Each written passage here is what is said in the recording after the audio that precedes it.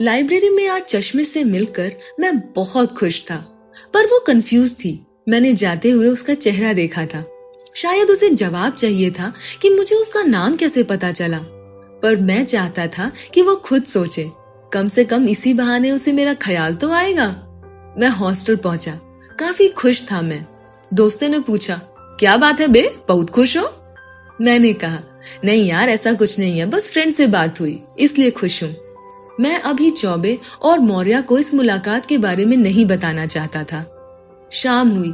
चौबे के रूम में गया तो वो तैयार था। बोला, चलो गुरु, लंकेटिंग भौजाई को ढूंढने। मैंने कहा, नहीं आज नहीं यार। उसने कहा, क्यों? मैंने कहा, यार इतने दिनों से रोज तो जा रहे हैं, पर किसी भी दिन नहीं मिली। जब मिलना होगा खुद पे खुद सामने आ जाएगी। मौर्या जी बोले, अबे यार इतना जल्दी हार मत हारो, मिलेगी यार, चल चलते हैं। मैंने कहा, नहीं आज लंका नहीं संकट मोचन चलेंगे, कल लंका। चौबे बोला, हाँ यार शनिवार है, शायद आ भी जाए दर्शन करने। मैंने भी सहमति से सिर हिलाया और हम लोग संकट मोचन पहुंच गए। हमने प्रसाद लिया और लाइन में लग गए। जब तक 7 बार हनुमान चालीसा जपे तब तक भगवान के सामने पहुंच गए। दर्शन करके प्रसाद खाते हुए हल्के फुल्के मजाक करते हुए हॉस्टल पहुंचे हम लोग। रोज की तरह मैंने आज भी खाना खाकर कंबल में घुसने में ही भलाई समझी। मैंने सोचा, क्यों ना उसे फेसबुक पर ढूंढे। बहुत ही उत्साहित होकर मैंने उसे सर्च करना शुरू किया, पर अनामिका नाम इतना था कि उसे ढूंढना मुश्किल था। थोड़ी मायूसी जरूर हुई, पर उससे आज मिलने की खुशी और कल दोबारा मिलना है, ये उस मायूसी को पल भर में ही गायब कर दी। अब तो मेरी आंखों के सामने बस चश्मिश ही थी, टोपा लगाए ठंड से ठिठुरती हुई। कभी कभी ठंड से परेशान होकर वो अपना पूरा चेहरे को ढक लेती थी। इस तरह से उसे देखकर मुझे उस पर बहुत प्यार आता था। सोच रहा था अगर पास में होती तो मैं उसे मंकी कैप पहनाकर अपने सीने से लगाकर उसे कंबल उड़ाकर धीरे धीरे थपकी देकर प्यार से सुला देता। सपनों में मैं उसे सोए हुए इमेजिन कर रहा था। वो इतनी प्यारी सी बच्ची की तरह लग रही थी कि बस मन करता था कि यूं ही बाहों में लेकर मैं इसे सुला दूं और रात भर देखता रहूं। जब आप सपने अच्छे देखते हैं तो नींद भी बहुत अच्छी आती है। मैं भी उसे इमेजिन करते करते सो गया। पता नहीं क्यों लोग कहते हैं कि प्यार में नींद नहीं आती। हमने तो जब से चश्मिश को देखा था हमें तो हर वक्त नींद ही आती थी, क्योंकि ख्वाबों में वही आया करती थी।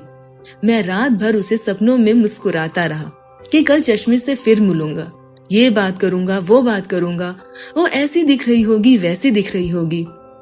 जो भी, इतना मुझे पता था कि वो बहुत प्यारी दिखेगी, मेरे सपनों से भी ज्यादा प्यारी। रात कट गई पर यह दिन नहीं कट रहा था। मुझे दोपहर का इंतजार था, क्योंकि वो दोपहर बाद ही आने वाली थी। शनिवार को संकट मोचन दर्शन करके आया। रात तो चश्मिश के ख्यालों में ही कट गई। मैं तो बस उसके बारे में रात भर सोचता रहा। सोच सोच के कभी हंसी आती थी कि वो बिल्कुल एक छोटी बच्ची की तरह थी। हरकतें भी उसकी बिल्कुल बच्चियों वाली थी। पेन को मुंह में डालकर चबाते हुए हसीन ख्यालों में खो जाना, तो कभी पेन को होठों से रगड़ना, तो कभी धीरे धीरे ऊ करते हुए मेज पर सर रखकर सो जाना। वैसे कोई आईआईटी या आईएमएस वाला उसे देखता तो शायद पागल घोषित कर देता, पर महाराज हम ठहरे बीए, हम होते भी पागल हैं और पसंद भी ऐसे पागलों को ही करते हैं, क्योंकि हमें पता होता है इनमें कोई छलावा नहीं होता, कोई दिखावा नहीं होता। रविवार की सुबह मैं लेट उठा, नहाकर बैठा था, सोचता था कैसे ये दिन भी खत्म हो। तभी चौबे जी और मौर्या आ जाते हैं। थोड़ी मस्ती मजाक होने लगता है। वक्त धीरे धीरे कट जाता है और फिर हम लोग खाना खाते हैं और मैं खाना खाकर लाइब्रेरी निकल जाता हूँ। करीब 1 बज रहा था। मैं उसका इंतजार कर रहा था। मन में अजीब सी बेचैनी थी। सोचता था पता नहीं आएगी वो या नहीं। कहीं ऐसा तो नहीं कि कपड़े धोते धोते थक गई हो। अब घड़ी की सुइयों की हर टिक टिक मुझे परेशान कर रही थी। तभी मुझे चश्मिश आते हुए दिखी। मैं तो उसे बस देखता ही रह गया। आज मुझे भी एहसास हो रहा था कि मैं उसे हफ्सियों की तरह देख रहा हूँ। देख क्या रहा हूँ, मैं उसे देख के हफ्सी बन गया था। आज उसने फुल स्लीव की सलवार सूट पहनी थी, जिसकी फिटिंग इतनी अच्छी थी कि टेलर को कोई अवार्ड देना चाहिए। ऊपर से हाफ जैकेट पहना था उसने आज वही कार्टून वाला टोपा पहना था जिसे पहने हुए मैंने उसे पहली बार लंका पर देखा था। वो मेरी तरफ आ ही रही थी। मैंने खुद को संभालते हुए उसे हाय बोलकर हाथ हिलाया। उसने भी मुस्कुरा कर जवाब दिया। उसने कहा, आज भी लाइब्रेरी? मैंने कहा, हाँ, वो मुझे नोट्स बनाने थे। उसने कहा, पर तुमने तो कॉपी बंद की हुई है, ये नोट्स बनाने का कोई नया तरीका है? मैंने हंसते हुए कहा, अरे नहीं, वो बस अभी आया तो सोचा 10 मिनट बाद शुरू करते हैं। मैंने पूछा, तो तुम्हें पता चला कि मुझे तुम्हारा नाम कैसे पता चला? उसने कॉपी खोलकर नाम लिखा पन्ना मेरे सामने रख दिया, फिर बोली, नजरें काफी तेज हैं तुम्हारी। मैंने कहा, जी तारीफ के लिए शुक्रिया आपका। मैंने कहा, अनामिका, अगर तुमने मुझे माफ कर दिया हो तो हम एक दूसरे को थोड़ा और ढंग से जान ले। उसने कहा, और अगर माफ न किया हो तो? हमने कहा, माफ नहीं किया है तो नाम के साथ नंबर भी बता देना, हम रोज कॉल करके माफी मांगते रहेंगे जब तक आप माफ न कर दो। उसने घूरते हुए लगभग गुस्से में, साथ में घर का पता, आधार कार्ड और पैन कार्ड भी दे दूं आपको? तुम्हें नहीं लगता कि तुम कुछ ज्यादा तेज भाग रहे हो? मैंने माहौल को हल्का करते हुए कहा, अरे मैं मजाक कर रहा था। मैं राहुल तिवारी। और आप? थोड़ी देर वो चुप रही, फिर बोली, अनामिका शुक्ला। वैसे वो नंबर मांगने की वजह से गुस्से में थी, और होना भी चाहिए। हम लड़कों को तो पहली नजर में प्यार हो जाता है और फिर हम दूसरों की फीलिंग के बारे में कभी नहीं सोचते। हमेशा सोचते हैं कि जो हम सोचते हैं वही सही है।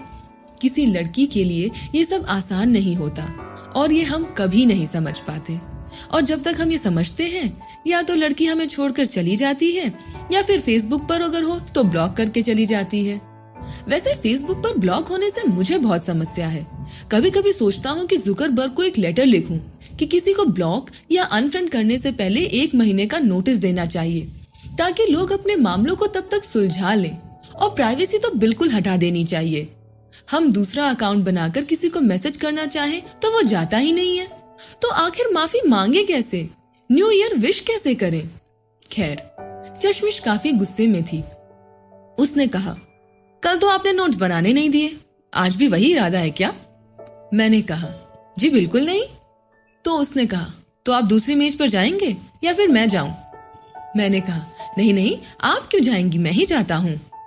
मैं उठकर पीछे वाली मेज पर गया, जहां से चश्मिश तो मुझे दिख रही थी, पर उसे मुझे देखने के लिए पीछे मुड़ना पड़ता। मेरे लिए सबसे सही जगह थी।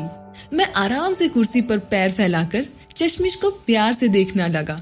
वो लिखने में बिजी थी, कभी कभी खींचकर पेन को होठों पर पीटने लगती। मैं ये सब देख रहा था।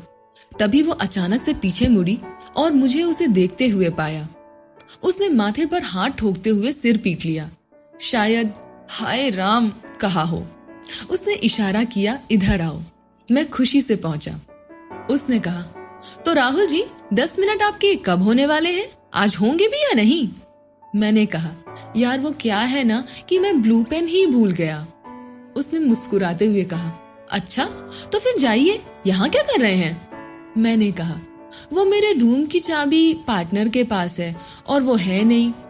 उसने कहा, ओह तो फिर मतलब आप यहीं रहेंगे? मैंने कहा, हाँ मजबूरी है। उसने थोड़ा डांटते हुए कहा, मुझे पता है कि तुम्हें नोट्स तो बनाने हैं नहीं, वैसे भी तुम लोग कहाँ नोट्स बनाते हो, चलो मेरी हेल्प करो। मैंने कहा, जी बिल्कुल, बोलिए मैं क्या करूं? उसने कहा, आप बोलिए मैं लिखती हूँ। मैंने कहा, ठीक है। अब मैं खुश होकर उसकी हेल्प कर रहा था, तभी सामने पड़ी उसकी बोतल को मैंने उठाया और थोड़ा सा पानी पी लिया, और वही पर्स पर उसकी रुमाल रखी हुई थी। मैंने उठाकर मुंह पोंछ लिया। उसने मुझे ऐसा घूरा कि किडनी वो निकाल कर ही मानेगी। मैं बिल्कुल डर गया। मैंने कहा, वो आदत है, दोस्तों के साथ ऐसा ही रहता हूँ तो ध्यान नहीं दिया। वैसे आप तो अब इसे यूज करेंगी नहीं, मैं ही रख लेता हूँ, आपको नहीं दे दूंगा। उसने रुमाल मुझसे छीना, कहा, कोई जरूरत नहीं है। मैंने मामले को गर्म होता देख फिर से बोलना शुरू कर दिया। उसने पहले तो घूरा, फिर लिखने लगी। वो चश्मे के अंदर से ऐसी घूरती थी जैसे सरकारी दफ्तर का बाबू घूस न देने पर घूरता हो। वो लिख रही थी। माहौल पहले की तरह हल्का हो गया था। मैं बीच बीच में पानी पीकर उसकी रुमाल से मुंह पोंछ लेता था। उसने भी अब कुछ नहीं कहा। शायद वो समझ गई थी कि जो होना है वो हो गया। और ये सुधरने वाला है नहीं। 5 बजे तक हमने नोट्स बना लिए। मैंने कहा अब चलते हैं। हम लोग वीटी पहुंचे तो मैंने कॉफी पीते हैं कहा। उसने कहा नहीं, मुझे कोल्ड कॉफी नहीं पीना, सर्दी हो जाएगी।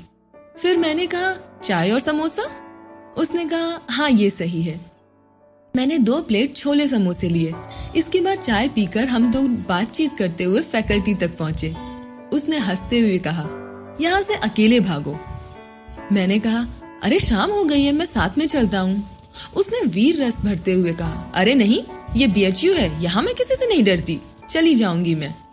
मैंने कहा अरे मुझे वैसे भी लंका जाना है, साथ में चलते हैं, दोस्तों को कॉल कर देता हूँ, वो लंका मिल जाएंगे। वो हंसने लगी। कही फिर चलो। मैंने चौबे को कॉल करके लंका आने को कहा और हम साथ में चलने लगे। बातचीत करते हुए एमएमवी पहुंचकर वो गेट के अंदर जाने लगी तो मैं वहीं खड़ा उसे देख रहा था। उसने दोबारा बाय बोलकर मुस्कुराकर हंसते हुए इशारा किया, जाओ अब। मैंने भी मुस्कुराकर बाय कहा और लंका चला गया।